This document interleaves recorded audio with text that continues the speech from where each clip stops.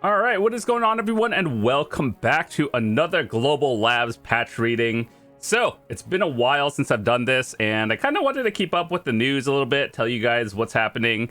I sort of skimmed this, but we are going to read it in detail. And I heard from a lot of my friends, the guildies and stuff, that PvP not so great. And I sort of knew that ever since the whole DR and evasion change that we talked about a while ago. And so I wanted to read some more details of like current like game modes, like Arena of Solare and everything else going on. So yeah, apparently people are not happy, and we're about to see why. So yeah, let's get this started. So this is off of Google Translate from Korean, so I'll try to make it make sense for you, and I'll leave a link in the description to the page if you guys want to read this all yourself. And that's about it. So we got notes that came out a few days ago. Today is July 8th, and then this came out 3 days ago. So hello from the Black Desert Lab. Here are the notes for this week. Admittedly, when it comes to class changes, I don't really know these that well, so probably just going to skip it unless it's a class that I actually know how to play. Keep in mind, this is Google translated off of the official Global Labs thing, so like if I don't even know what this class is, to be honest, but I probably could figure it out by looking at it eventually. I think this one, since there is the most changes, that's probably the Dosa class, because I do like recognize a few of the skill names, and that's about it. But yeah, admittedly, I don't play any of these classes enough to know any of the changes. So War of the Roses, the regular season begins.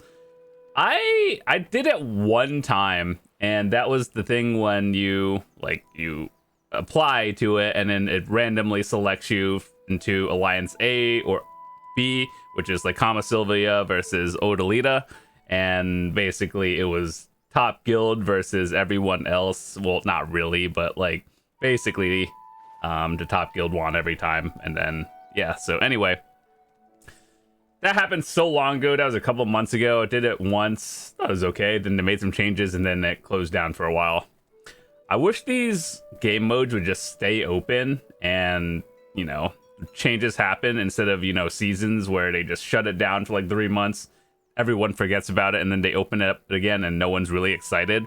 So you know, I just wish there was more to do in BDO. So anyway, before I begin, I would like to express my gratitude to all the adventurers in the regions who experienced the War of the Roses directly and gave me many opinions during the previous War of the Roses preseason. In this regular season, we have made changes based on opinions of adventurers who gave me during the preseason, and blah blah blah. They made changes, right? In particular, when you are at a disadvantaged situation, it's regrettable that it's not easy to overcome it. Yeah, that's because it's just not built that way. So they allow you to have more of a defensive line and sanctuary. Okay, so what are the important things? The Altar of Spirits grants a powerful buff.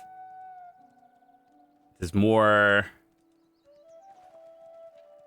stuff happening from the like leaders of the guild. So basically, here's how it works. From Kama Sylvia to Odalita, there were like two factions, right? It doesn't matter what your guild was in, except unless like the leading main guild A versus main guild B. And then you basically take over these sanctuaries, which are like basically nodes. And then each node would give you, or like your alliance, a stat like defensive or more HP, some sort of thing, accuracy and whatnot.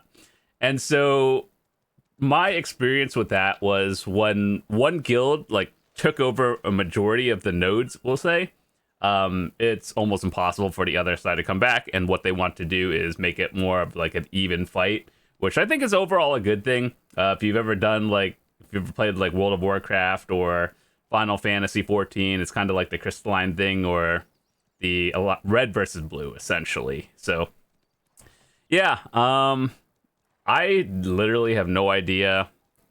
I thought it was fun the one time I did it, but then I was also on the winning team. So so I guess they're going to add more stuff to make it more balanced. And so like if easier to come back if you're on the losing side, and also more things to do than capture nodes and then go from point A to B. So they're also probably going to add like better rewards and everything. And yeah, so basically they took feedback. Every time they say they take feedback, I'm like, where did you get it from? Because, you know, like on NA and EU, I know a lot of people, we all make videos.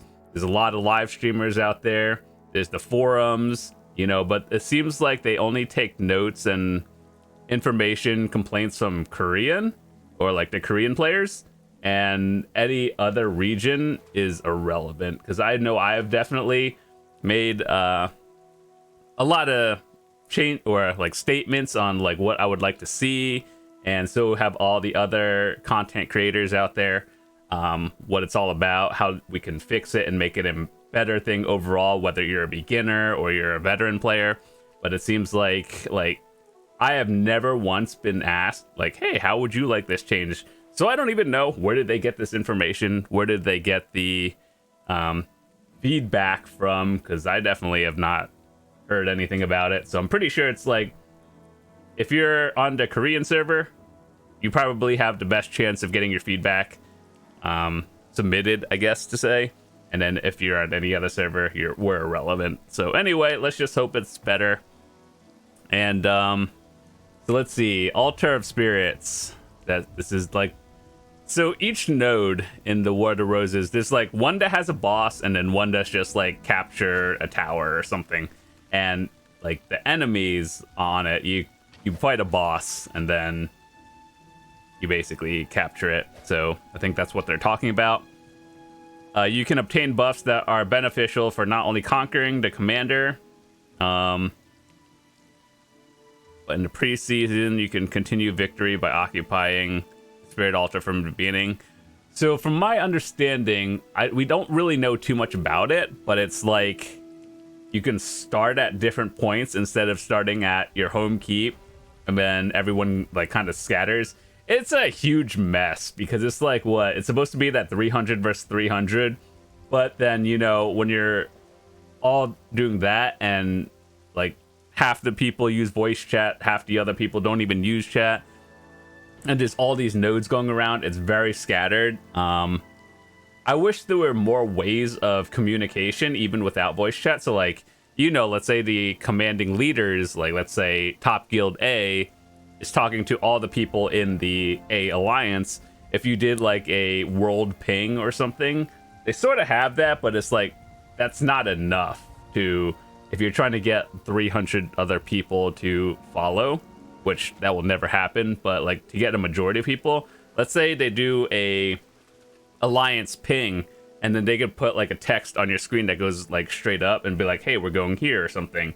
I'm not sure, like I think maybe other games have done it, or like this is what we should do next, and more like overall just notice of things. So I think that would be a good thing. Before the change, activate the Altar of Spirits when the War of the Roses begins. After the change is activation after 10 minutes. Yeah, because there were important nodes and then there were secondary nodes, and people who were rushing the important ones first, which you should be doing, gave you a huge advantage. Now everyone is more on an equal playing field. So as before, once the Spirit Altar is activated, there's a waiting time of 20 minutes until the next activation. Cool. Change the resurrection method. Before the change, you could choose one of the like nodes that you occupied, and then after the change, you cannot resurrect in the front line of the sanctuary. Yeah, so basically, think of it like a grid, like I don't know, bingo or something. Let's say you have the middle one. You cannot respawn at the same one. You have to go previously to the one you had, and then you can't just like spawn where the action is. You kind of have to like think about what you're doing, strategy and everything. I think that's an overall good thing. That way it prevents like a straight sweep. And then that'll allow people in theory to work together, which will it work? I have no idea, but it seems like a good idea. Guardian of the Sanctuary. During the War of the Roses, when you attack a sanctuary occupied by an enemy force, so basically the closer you get to the enemy's base, the stronger the boss of the node is. No, I wouldn't say stronger, but like tankier in a way. When you successfully capture it as an ally sanctuary, the guardian monster appears, will be granted invincibility for 3 minutes. Is that a good thing? I don't know. So here's the thing. I understand. I guess they want people from like to prevent people from just like taking it and then getting it immediately taken back. So it's like if you take it, you get rewarded for at least 3 minutes, and then it's recapturable again. So on paper, it seems like a good change, but we'll have to see how that actually plays out. Commander skills. A new commander skill, designated resurrection, has been added. When using this, you're given the option to resurrect at a sanctuary. So that's like, instead of being able to do that by default, it's now a skill you have to use. And then technical skills are all of these. Expand your field of vision beyond the fog. Oh, I feel like BDO is one of those games where I don't really know how important this is. Like, obviously, map knowledge is important, but this doesn't tell you how far ahead. Like, I don't know. If you ever played like real-time strategies, Fog of War, very important to understand, but in like a fast-paced action game like BDO, how relevant is this? Who knows? You could use a designated resurrection skill once every 20 minutes, whether you have it occupied or not. We could see some big plays out of this one. Like, if you can spawn at a certain sanctuary, whether you own it or not, I could see guilds just CTGing on it, which I think would make for fun gameplay. Is it good, though? Who knows, though? Space Gathering instantly moves to a specific unit to a designated sanctuary. That seems like it'd be interesting. Big plays happening. An Emperor, Griffin, or Kalk. Griffin is the Kama Sylvia side. The Kalk is the Odalita side. Appears around a designated sanctuary and temporarily inflicts powerful AoE attacks. We'll see how that goes, because everyone is mega tanky. It either one-shots people or does nothing. That's how I see it being played out.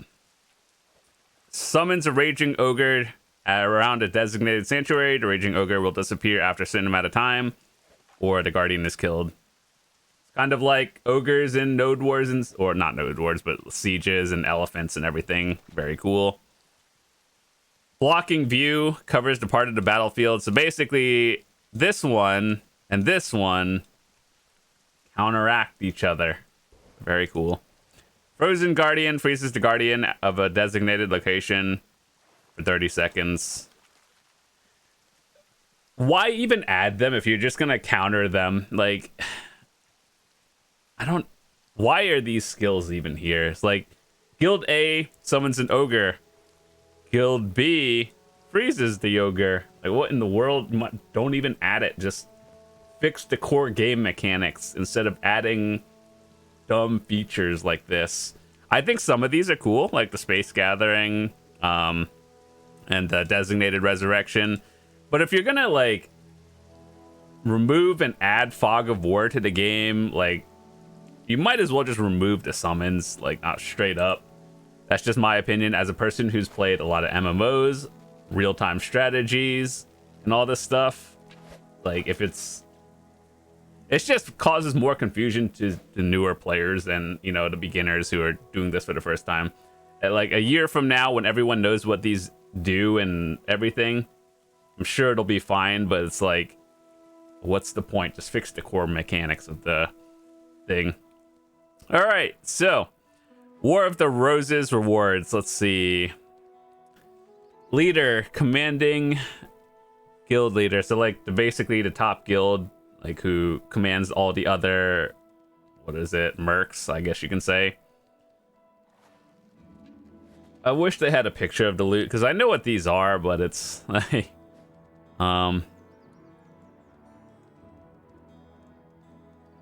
so basically, this is like for the main guild of the leaders, and these are the mercs, right? I believe.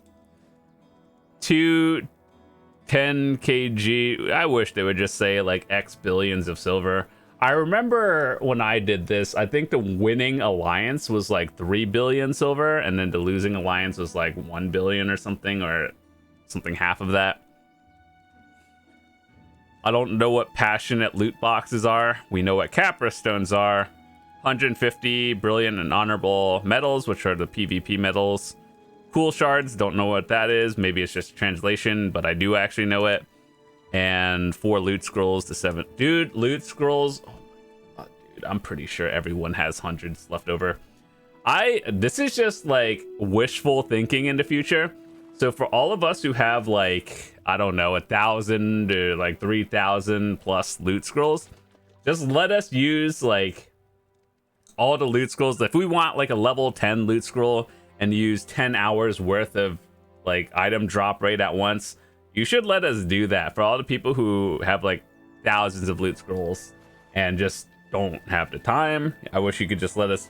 It would be a good catch-up mechanic, and also people would be spending money, like, which is the ultimate idea of Prolibus. Like, video is a game, they need to make money, profit, I understand that. But like, if someone wants to run like a level 10 loot scroll, 10 hours worth of time out for 1 hour and get 10 times the loot, you should just let people do it. It would be good for newer players to help catch up all the way to the end game, and for everyone else, like, if you don't have 10 hours to play, you could do 1 hour, and then, I mean, everyone technically will still be on the same like equal loot level overall. Like, capping it at 300%, or I guess 400 if you're on Arsha and everything, in 2024, it just does not feel like enough. With all the gear these days being hundreds of billions of silver, sure, you can make 1 to 2 billion silver an hour, but that's still kind of a lot. So, like, I think people should just have like an infinite level of loot scroll. If you want to grind on the level 2000 scroll and get like 3 trillion silver an hour or something, by all means, you do that. Is that going to help you become a better player? Not really. It just means you don't have to go through all this extra thing. That's just wishful thinking. At least let us go to like a level 10 loot scroll and do like 10 hours at once. I'm saying this as a veteran player as myself, and I think it's just overall good for everyone. Liberation, I assume that means defeat rewards. Oh, I guess never mind. Or what in the world?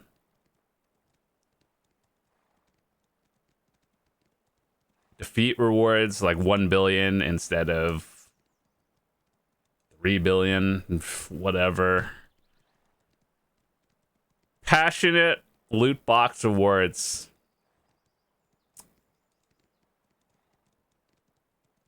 Capra stones, memory fragments, perfumes, deep sea, immortality things. Deboreka's are in there, that's nice. Aura of all creation. Are those the things that summon ogres for sieges? And fragment of the splendid stone. Wait, hold up. You know, splendid stones are pretty rare. It's the 1% that like most people will never get. Can you actually start crafting these now? Like, ooh, can you actually start making them? If you get fragments, like you get 100 of them, get guaranteed splendid stone. That's pretty nice. The drop rate's probably going to be like 0.001, but I mean, if we can acknowledge that alchemy stones past Vel is a problem, that's a good start. Third Legion spoils of war upon successful mission. Each time the Third Legion succeeds in a mission by the leader, can obtain Sylvia's tokens according to successful missions. You can exchange the tokens for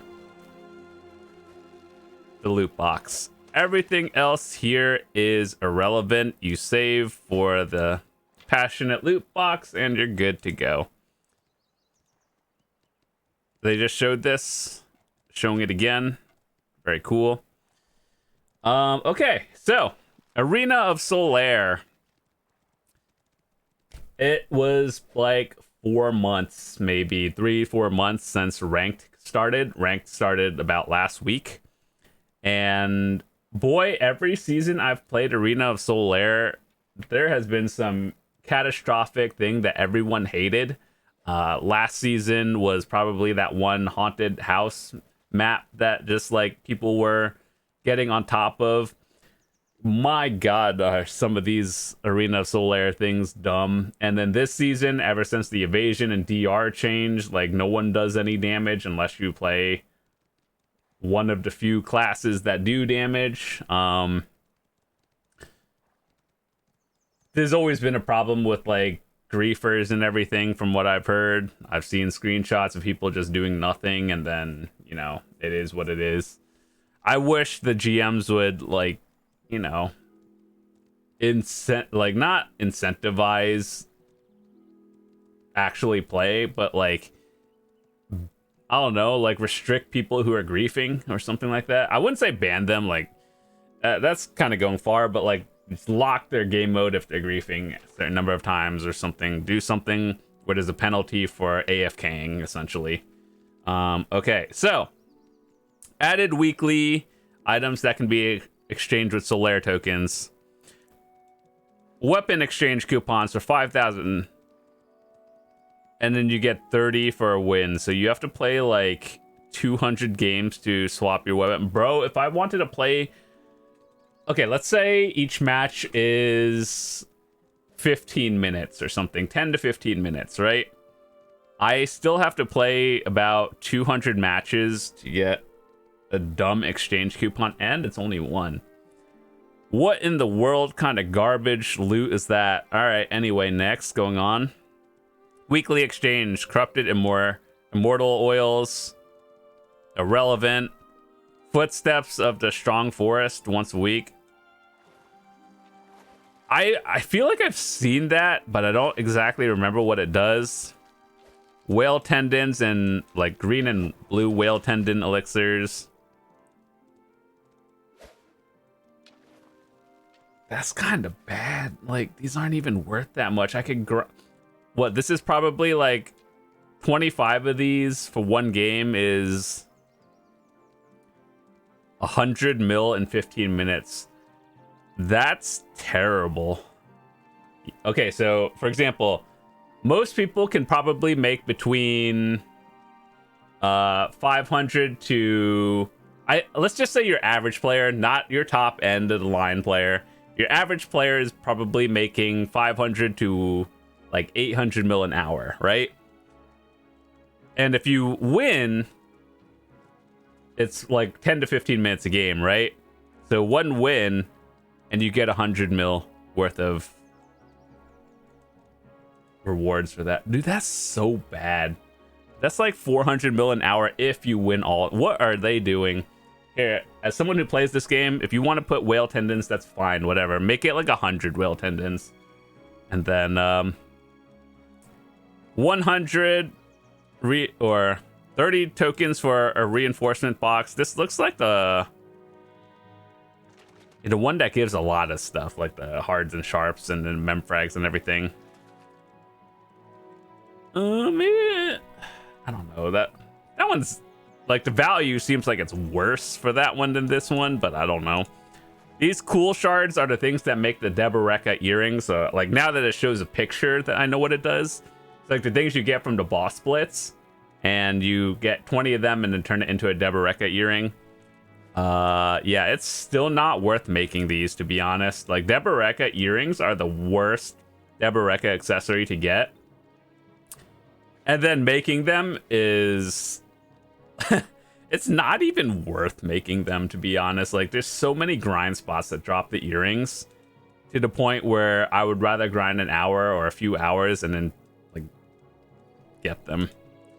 The 30 new moon pension catalyst, these are the things for getting your old moon accessory if you don't have it, and a few other things, but this one probably has the most value. And then loot scrolls. You can get 3 whole loot scrolls once a week for 20. Bro, dude. Oh my god. Assuming the average player grinds 1 hour a day using their Marnie hour, and then they're like, all right, let me go do something else. That doesn't even equal. This should be like at least 10. 10 once a week. What in the world? Dude, these Solare rewards are terrible. What in the world? As someone who plays the game and knows the market pretty decently well, I'm just like, what are they doing? These rewards, and they're apparently new? Holy. Daily exchange, 20 seals. You get like 10 of these if you do a node war, and these should be like in bundles of 10, straight up. Like, these are not bad, but just add like a 0 to this, add like 10, and once a day exchange, and we'll be good. You should not be buying any of these because they're terrible, because what are you doing? I think the Marnie's Unstable Fuel might actually be the most value for all the people who like tagging characters and trying out different things. Probably the most value. But all of these are terrible, and the fact that these are new and they're still bad is very concerning. Okay, so let's see. These are global lab changes exclusive. We don't care about that. So changes for monsters. The Light of Dekia. The issue where monsters would not be summoned if you stayed away from the lantern for a certain period amount of time. That would like not spawn them, which I guess makes sense, but it's been fixed at Pilaku, Sulfur, Akhman, and Histria. I would say of all these spots, I never had a problem with overcrowding in this area, and like the monsters when they spawned, they were really not really ever too far away to the point where I had an issue going out of range, but guess if it changed, very cool. All right. Knowledge. To kill target for quest, optional. Hidden Secrets of the Geist has been adjusted from 25 to 15. Admittedly, I have no idea what that means. Node Wars and Sieges. Before the following started a battle, the rules of the monsters disappearing have been changed. Oh yeah, so like when Node Wars starts, all your grind spots, like they disappear. That's not a new thing. That's been happening for literally years. I think it's whatever. It reduces the lag on the PvP servers when they happen. When a base battle is in progress, when there are 2 more guilds or alliances participating in the base battles, monsters disappear 15 minutes before the start of the base battle and reappear 10 minutes after the battle ends. Okay, so that's what happens now. And then to change, monsters disappear 10 minutes and reappear 10. Who complained about this issue? Like, if you are a serious PvPer, or even, you know, like not even super serious, but like you take it moderately serious, it takes you like more than 10 minutes to prepare. Like, you have to get all your elixirs rolling. You have to buff up, church buff, Heidel buff if you go there or whatever. And then everything else. You have to coordinate with your guild, get in voice chat, all that kind of stuff, which usually takes more than 10 minutes. And then make sure everything is, like, your gear is on, you're set to go. To the point where literally this 5-minute changes of monsters disappearing was the most irrelevant thing I've ever seen. I thought they were actually going to do something for the node and sieges, not like pre-prep garbage. All right, anyway, if there's only 1 guild or alliance participating, then monsters no longer disappear. Okay. If you like, listen, if you're on a Node War channel and you're grinding and you don't like a one channel and war is about to happen, just swap to another channel. Like 15 minutes, bro. Like if you have no interest in PvP, you really shouldn't be on a one channel close to wartime anyway. So like, let's say you're on a node and you're just grinding, even if there were enemies there or like monsters, people PvP on the nodes to the point where you might not even get an hour of normal grind, even if they didn't change anything. So if you're a PvEer, just don't be on a one channel straight up, like, or move an hour in advance. If there are no guilds participating on a certain node, monsters no longer disappear. It's very, like, you can look at it in game and see like, how many people are on this node at least an hour in advance, and that'll help you make your decision. So let me show you in game actually how to do that. All right, so, well, we're not on a one channel right now, but here's how you do it. Where is it? Not that one. Node War. So assuming you are on a Node War channel or Siege channel, you pick a thingy and then it'll be like, I think it shows you, like, if assuming you were on the one channel, it'd be like, here's how many forts are on here or something like that. At least I think so, but that also changed. So anyway, with that said,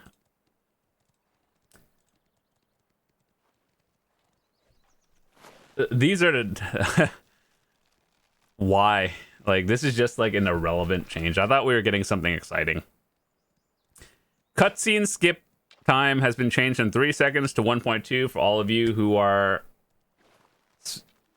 spamming the skip button, or especially landed a Morning Light bosses, the boss blitz thing. This is a good change. Here's how I would have changed it if I was a developer. You just, instead of holding the button down, you put the skip button on a key that's not a normal used one. So like, I don't know, an F somewhere on your F keys, like F10 or something. Obviously you can change it, but like, here's what you do. If you click that skip button once, it'll give you a prompt and be like, you want to skip? Press the skip button again, like double tap it. It just skips it. Why we have to bother doing this? So that way, for all of you who are like, oh no, I might accidentally hit it, this is why you rebind it to a key that you don't use often. And you just, for everyone else, you just double tap it and it instant skips. That's what other games do. And I don't know why they feel like they have to make it more complicated than it really needs to be. So just be like, one click, confirm your skip, two clicks, like, and then it just does it. And I think it would probably still be faster than 1.2 seconds. Like, you just click, easy, and it's done. Fixes and changes. Phenomenon of unnatural effects in the special actions when wearing the Celos armor and setting the face guard has been improved. I don't even know what armor this is. The description of the New Moon Supreme Order scroll item has been modified to be more natural. The description has been modified to be more natural. Is this what in the world? I don't even know. Like the yellow scroll? The old moon scroll? Okay, well, cool. People don't even read tooltips. This is why content creators read these patch notes for you guys. You remember how, like, when they gave everyone those tier 9 horses or the Pen Blackstar, and it was like, here, type this message specifically exactly how it's written to get your item. And you go on like the forums or Reddit, and then people are like, I couldn't do it. How do you get it? And it's literally like, just type this message exactly how you see it, and then people still messed it up. Bro, you think people are reading the tooltips of things in the game? Bruh, no. But I mean, it's a good thing. It's just who asked, kind of, you know. The description of emergency powder has been revised to match the actual acquisition location. Emergency powder. I'm convinced this is a Google Translate error because I have no idea what that is. Fixed an issue where characters cannot escape smoothly from certain locations in Trent Village. I can think of a lot of places where people cannot V out and not get caught on terrain in literally everywhere of the map. Especially a lot of grind spots. Yeah, I could think of a lot more issues than Trent Village. Just saying. The issue where boarding was not possible when attempting to board a ship while the function to prevent boarding other adventurous ships as activated has been fixed. I don't sail enough to know that, but that seems like a good issue to fix, actually. Not like a description of some random scroll that no one reads.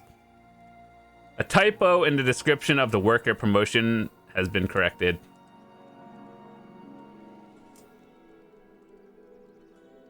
Okay.